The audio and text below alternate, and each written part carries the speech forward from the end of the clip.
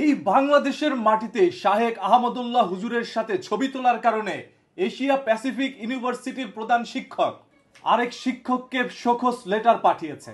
এটা নিয়ে সারা দেশ এখন উত্তাল। ওই ইউনিভার্সিটির শিক্ষার্থীরা রাস্তার মধ্যে আন্দোলন করছে।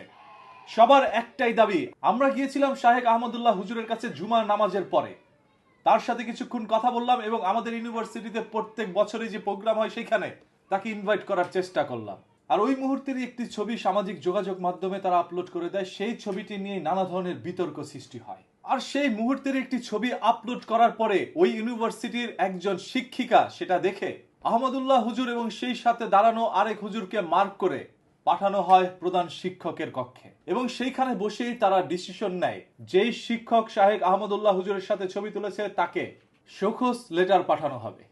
যেমন কথা তেমনই তাদের কাজ। সারা বছর ঘিরেই এই সকল শিক্ষার্থীর মনে কিন্তু ছিল অনেক ধরনের অভিযোগ, মনের মধ্যে ছিল ক্ষোভ, তবে সেইগুলো প্রকাশ করতে পারছিল না। যখন এরকম একটি ঘটনা ঘটলো তখন মনের সকল ক্ষোভগুলো একত্রে প্রকাশ করা শুরু করলো। সেই ইউনিভার্সিটির একজন মেয়ে হিজাব পরে গিয়েছিল, বোরকা পরে গিয়েছিল, যার কারণে এক শিক্ষক বলেছে, তোমাকে দেখতে বানরের মতো লাগছে, তুমি কেন হিজাব পরে আসছো, বোরকা পরে আসছো। এইসব শুনেও তারা তখন চুপ করেছিল, কেউ প্রতিবাদ করতে আসে নাই।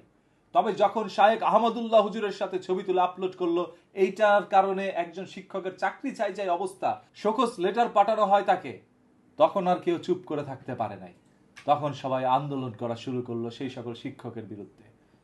সব থেকে দুঃখের বিষয় তো এটাই, এইরকম একটি দেশের মধ্যে থেকে, যেই দেশের মধ্যে প্রায় 95% মুসলমান, সেই রকম একটি দেশের মধ্যে একজন হুজুরের সাথে ছবি তোলা যাবে না।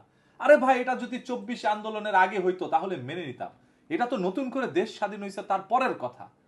তখন আবার কিভাবে তারা শোকজ লেটার পাঠায় হুজুরের সাথে ছবি তুললে? একটা সময় তো ছিল হুজুর পাঞ্জাবি টুপি এইগুলো দেখলেই তাদেরকে রাজাকার বলতো, তাদেরকে জামাত শিবির বললে জেলের মধ্যে ঢুকাইতো, এবং অসংখ্য হুজুরকে কিন্তু দুনিয়া থেকে সরিয়ে দেওয়া হয়েছে। আজ তো সেই দিন না। দেশ নতুন করে স্বাধীন হয়েছে, এখন সবাই উন্মুক্ত, সবাই সত্যি কথা বলবে। একটি মুসলিম কান্ট্রি ধরা যায় বাংলাদেশকে, আর সেইখানে থেকে একজন হুজুরের সাথে ছবি তুললে সেটা এত বড় অপরাধ হয়ে যায়। আবার একজন মেয়ে হিজাব পরলে সেটাও তাদের চোখে অপরাধ হয়ে যায়। যেহেতু তারা এই সকল জিনিসগুলোকে অপরাধ মনে করে, সেহেতু আমরা বলতে চাই, আমরা কোনো ধর্মের ভেদাভেদ চাই নাই এতদিন। আপনারাই ধর্মের ভেদাভেদ চাচ্ছেন, আবার আপনারা নিজেরাও নাকি মুসলমান। লজ্জার বিষয়। তাই এই সকল মানুষগুলোকে আগে শোকজ লেটার দেন, এদেরকে আগে কলেজ থেকে, স্কুল থেকে, ভার্সিটি থেকে বের করে দেন, প্রত্যেকটি বিদ্যালয় থেকে বের করে দেন, যারা মানুষকে ধর্মের মধ্যে বিভেদ শিখায়, যে আমি মুসলমান তুমি হিন্দু, আমরা ভাই ভাই হইতে পারি না। আরে হিন্দু বৌদ্ধ খ্রিস্টান সবাই কিন্তু দিন শেষে আমরা মানুষ, এটাই আমাদের বড় পরিচয়। তারপর আমরা মুসলমান, আমরা আমাদের ধর্ম পালন করবো, তোমরা হিন্দু, তোমরা তোমাদের ধর্ম পালন করবা। এই জন্য একজন মেয়েকে বলতে পারো না যে তুমি কেন পর্দা পরে আসছো, বোরকা পরে আসছো, তোমাকে দেখতে বানরের মতো লাগে।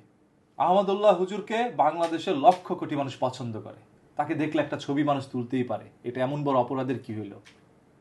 এটা নিয়ে শাহেক আহমদুল্লাহ হুজুরের পক্ষ থেকেও আমরা প্রতিবাদ চাই। বাংলাদেশের প্রত্যেকে এটা নিয়ে প্রতিবাদ করেন। আজকে এরকম ঘটনা ঘটছে, প্রতিবাদ না করলে আগামী দিন আরেক জায়গায় এরকম ঘটনা ঘটবে। আমরা এই ধরনের বাংলাদেশ দেখতে চাই না। এই বাংলাদেশের পরিবর্তন হোক, এই নিয়মের পরিবর্তন হোক। আপনাদের কাছে এটা কি মনে হইলো যে শাহেক আহমদুল্লাহ হুজুরের সাথে ছবি তোলার কারণে এক শিক্ষককে শোকজ লেটার পাঠানো হয়েছে এবং একজন শিক্ষার্থী হিজাব পরার কারণে তাকে বানর বলা হয়েছে? এরকম হাজারো তাদের অভিযোগ রয়েছে সেই শিক্ষার্থীদের। এই সকল বিষয়গুলো যারা করেছে তাদের কি শাস্তি হওয়া প্রয়োজন, কি করা প্রয়োজন, আপনারা একটু কমেন্ট করে জানায়।